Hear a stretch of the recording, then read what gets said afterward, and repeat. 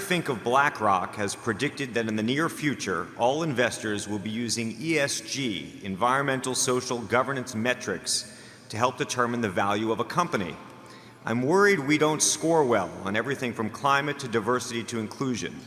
How well do you think Berkshire measures up on those metrics, and are they valuable metrics? I think in reality we measure up well, but we don't participate in preparing reports for anybody that asks about it. And we have this idea that even though all shareholders are equal, we prefer individual shareholders. We actually prefer people we know as co-owners, and we don't want to be preparing a lot of reports and asking 60 subsidiaries each to do something where they'll set up a team and then mail things to headquarters, and then we'll supply them to somebody who, if our stock goes up some, is probably going to sell it anyway. We want our managers to do the right things.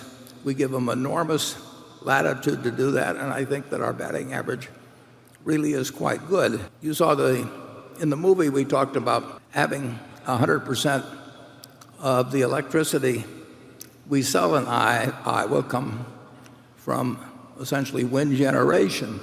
Now that doesn't mean that we get to do it 24 hours a day. We sell some and we buy it. But essentially we will be creating as much wind energy as all of our customers use in electricity.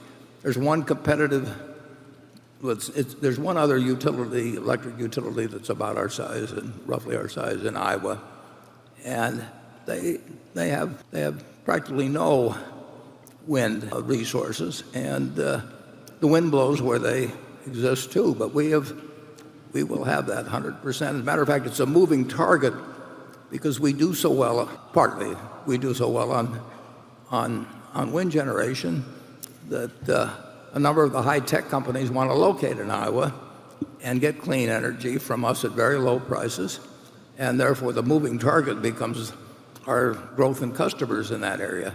But we're not going to put out we are not going to spend the time of the people at Berkshire Hathaway Energy responding to questionnaires or trying to score better with somebody that is working on that.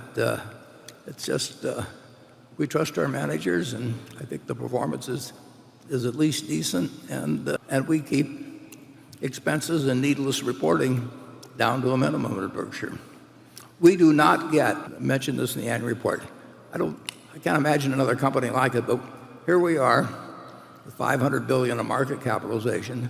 We do not have a consolidated P&L monthly. We don't need it. I can't imagine any other organization doing that, but we don't need it. And we're not going to tie up people resources, doing things we don't need to do just because it's the sort of standard procedure in corporate America. And corporate America is very worried about, in general, they're very worried about whether somebody's going to upset their apple cart, and with activists and everything. So they want to be very sure that every shareholder is happy on issues like that. And in the end, fortunately, we don't have to worry about that, so we don't have to run up a lot of expenses doing things that don't actually let us run the business better. Charlie? Well, I think in Berkshire, the environmental stuff is done one level down from us.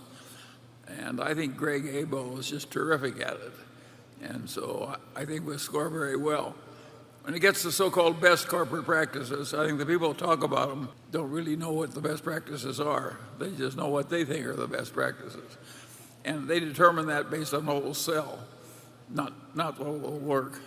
And so I like our way of doing things better than theirs, and I hope to God we never follow their best practices. I'd like to point out one thing on independent directors. I mean, I've been on 20 public company corporate boards, not counting any Berkshire or its subsidiaries. So I've seen a lot of corporate boards operate, and the independent directors, in many cases, are the least independent. I mean, if the income you receive as a corporate director, which typically may be around $250,000 a year now, if that's an important part of your income, and you hope that some other corporation calls the CEO and says, "How's so-and-so as a director?" and the current CEO, your CEO, says, "Oh, he's fine," never raises any problems, and then you get on another board at $250,000, and that's an important part.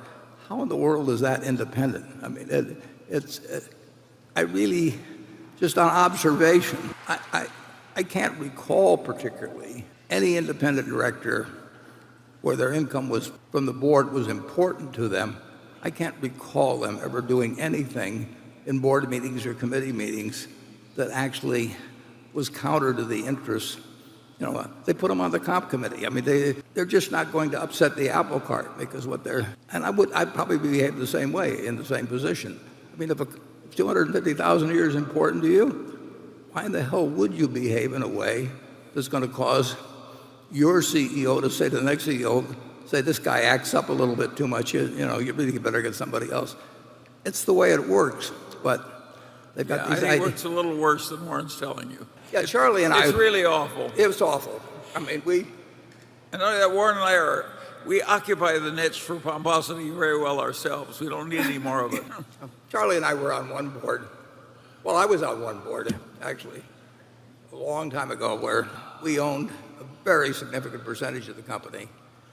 And the rest of the board was almost exclusively customers of the company, but not owners. They had absolutely token holdings. And at one point, we were looking at something where a tax decision was being made in terms of a distribution of some securities. And it was a lot of money was involved. And one of the other directors said, well, let's just swallow the tax. Well, his swallowing amounted to about $15 or something. I said, let's parse this sentence out. Let's swallow the tax. Let us swallow the tax. So who wants to swallow an equal amount to me? You don't get invited to be on boards if you belch too often at the dinner table. Well, Blue Chip Stamps, we had a director who said, I don't see why you guys should be so important just because you own all the shares. Yeah. Charlie and I used to have to cool off after the Blue Chip Stamps meetings because we and Rick Guerin owned what percent probably? 50%.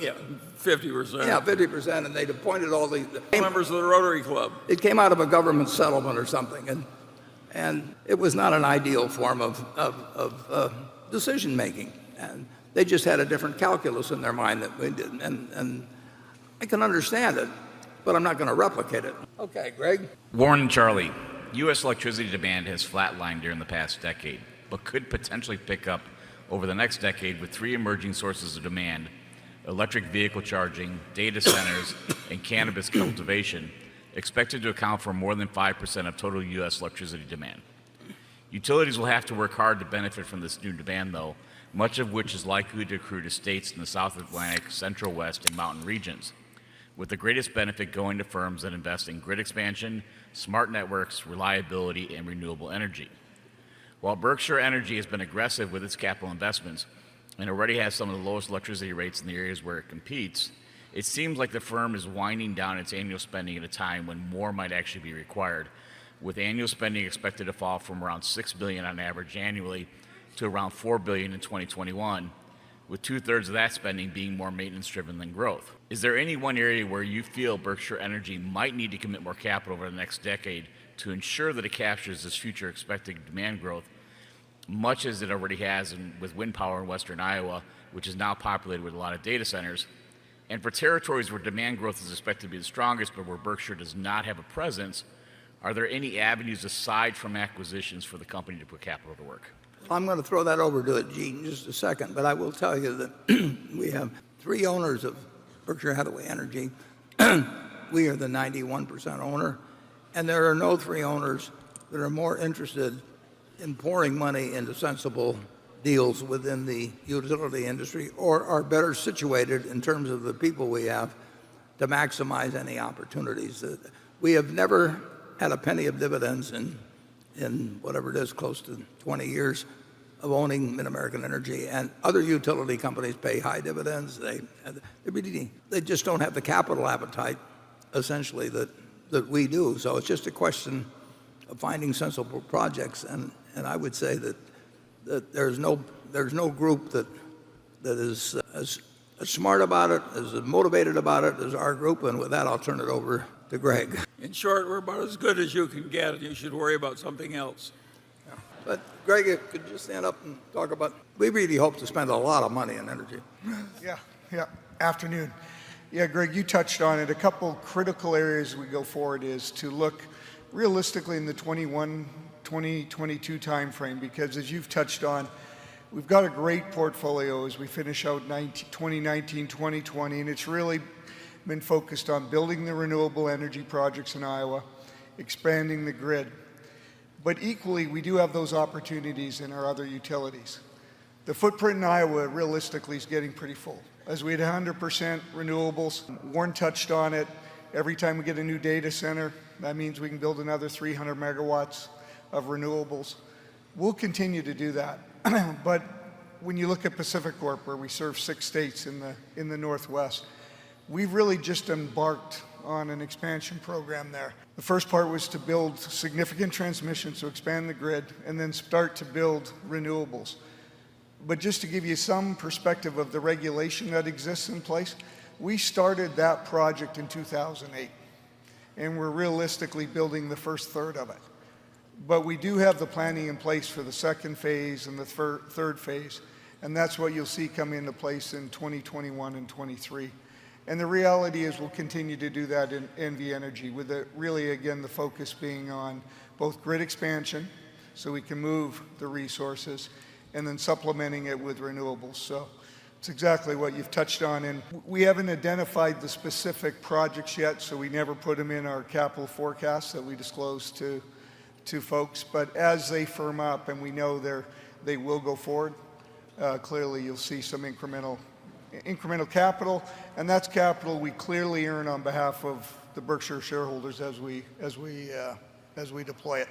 Thank you. We will put a lot of money into energy.